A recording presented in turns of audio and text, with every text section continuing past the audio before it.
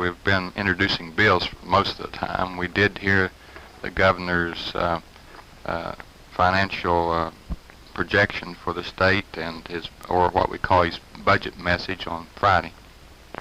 Now, in that budget message, I believe there was a reference to reducing the workforce here in the state as far as government employees go by 10%.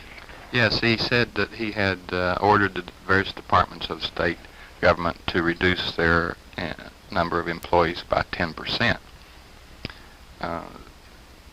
This, I'm not so sure, was the best approach. I think people will be glad to hear that there is going to be economy in the state government, but there are some departments that are definitely worried about this order because they think that they will be understaffed. Now, I understand that there's quite a bit of controversy kicked up in regards to this vehicle inspection bill that was passed, I believe, in the last legislature. Do you think there will be a delay or a postponement of this?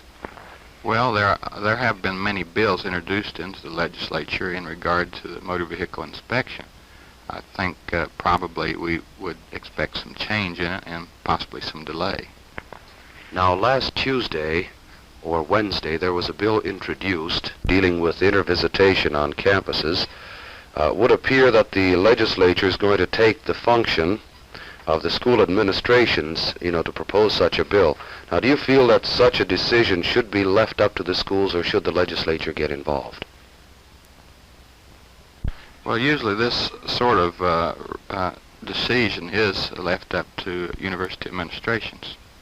In your opinion, do you think intervisitation should be allowed? Well, I don't know. I haven't studied the problem to that extent. Most students at Indiana University like the program, and many of the educators down there say that it has been a success.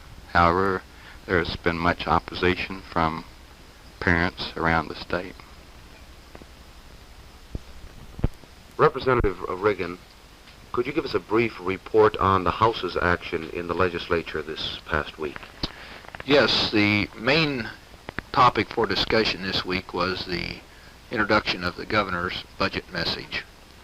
The legislators were particularly interested in what the governor was conveying in his specifics when he gave this message to the House and the Senate in joint session.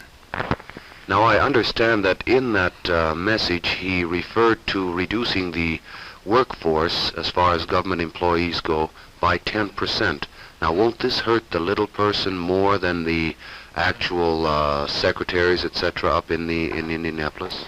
Well, really, George, I think if one takes into consideration we're having a change from Democrat to Republican administration, it would be very easy to reduce the state level of employment by 10% due to the fact that a large number of Democrats are just simply quitting their jobs looking for other employment. So I think although it was a 10% reduction, I don't think it's going to be a hardship on any one particular person at this time.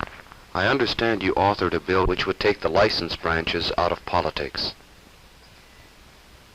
Yes, this is a topic that's been discussed for many years, the removal of the license branches from political influence.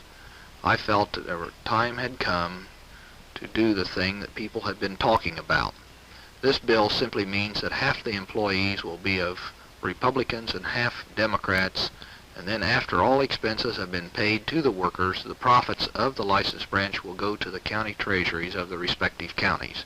I feel that this will be an improvement, and then people cannot walk into the license branch and say, well, I don't like giving money to the political party of my opposite faith.